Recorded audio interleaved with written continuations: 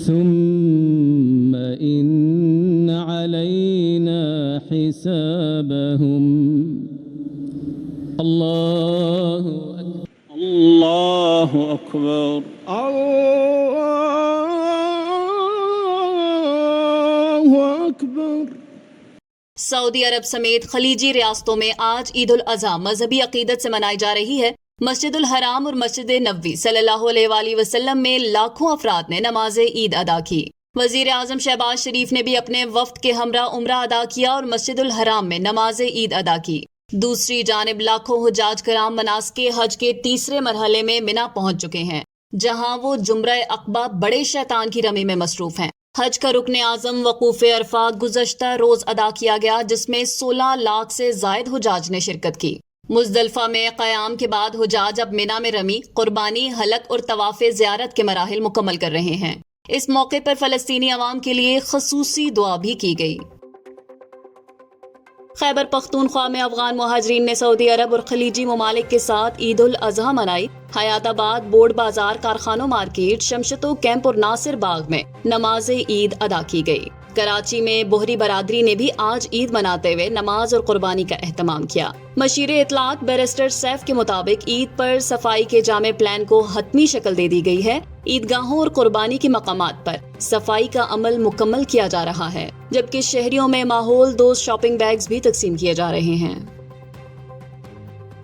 کراچی میں ایک اور صبح زلزلے سے لرز اٹھی، 6 روز میں 32 جھٹکے ریکارڈ۔ شہر قائد میں زلزلوں کا سلسلہ جاری ہے۔ آج صبح دوبارہ زمین لرز اٹھی، جس سے 6 دنوں میں ریکارڈ کیے گئے زلزلوں کی تعداد 32 تک پہنچ گئی ہے۔ ایک جھٹکا DHA اور دوسرا ملیر میں محسوس کیا گیا، جبکہ گزشتہ رات بھینس کالونی سمیت دیگر علاقوں میں بھی جھٹکے محسوس کیے گئے۔ خوف کے مارے شہری کلمہ طیبہ کا ورد کرتے ہوئے گھروں سے باہر نکل آئے۔ محکمہ موسمیات کے مطابق لانڈی فالٹ لائن فعال ہو رہی ہے، جس سے مزید زلزلے آ سکتے ہیں۔ ماہرین کے مطابق زیر زمین توانائی کا اخراج ان مسلسل جھٹکوں کا سبب ہے۔ سعودی جنرل اتھارٹی برائے شماریات کے مطابق رواں سال 16,73,230 افراد نے فریضہ حج ادا کیا۔ ان میں 8,77,841 مرد اور 7,95,389 خواتین شامل ہیں۔ بیرون ملک سے آنے والے حجاج کی اکثریت فضائی راستے سے پہنچی، جن کی تعداد 14,35,017 رہی۔ بری راستے سے 66,465 اور بحری راستے سے 5,094 افراد نے سعودی عرب کا سفر کیا۔ گزشتہ برس کے مقابلے میں اس سال حجاج کی تعداد میں معمولی کمی دیکھنے میں آئی ہے۔ پاکستانی سفارتی مشن کے سربراہ بلاول بھٹو زرداری نے امریکی تھنک ٹینک میں گفتگو کرتے ہوئے کہا کہ اگر اب پاک بھارت جنگ ہوئی تو ٹرمپ کے پاس مداخلت کا وقت نہیں ہوگا۔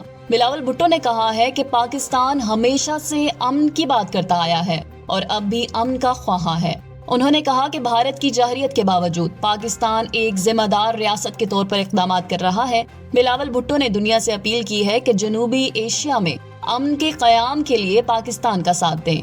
انہوں نے بھارت کی بلوچستان میں دہشت گردی کی حمایت اور پاکستان مخالف تنظیموں کی پشت پناہی کے شواہد بھی پیش کیے ہیں۔ بلاول نے امریکی کانگریس کے ارکان اور سینٹ کی اہم شخصیات سے بھی ملاقاتیں کی، جن میں پاک بھارت تعلقات اور دہشت گردی کے خلاف جنگ پر بات چیت کی گئی۔ فلسطینی تنظیم حماس نے اسرائیل کے ساتھ غزہ میں مستقل جنگ بندی کے لیے سنجیدہ مذاکرات کی خواہش کا اظہار کیا ہے۔ حماس کے سینئر رہنما خلیل الحیا نے کہا ہے کہ ہم نئی اور سنجیدہ مذاکراتی کوشش کے لیے تیار ہیں تاکہ ایک پائیدار جنگ بندی معاہدہ طے کیا جا سکے۔ انہوں نے کہا کہ ثالثی کرنے والے ممالک سے رابطے جاری ہیں اور امریکی تجاویز کو مکمل طور پر مسترد نہیں کیا گیا، بلکہ ان میں کچھ ترامیم کا مطالبہ کیا گیا ہے۔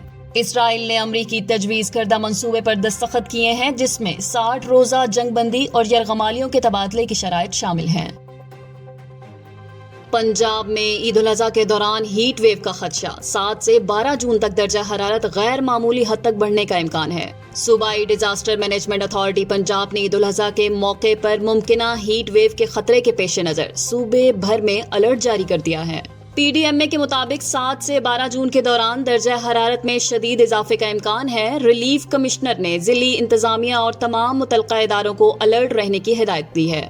Health, transport, local government, rescue 112 سمیت تمام ادارے ممکنہ ہیٹ ویو کے اثرات سے نمٹنے کے لیے تیار ہیں۔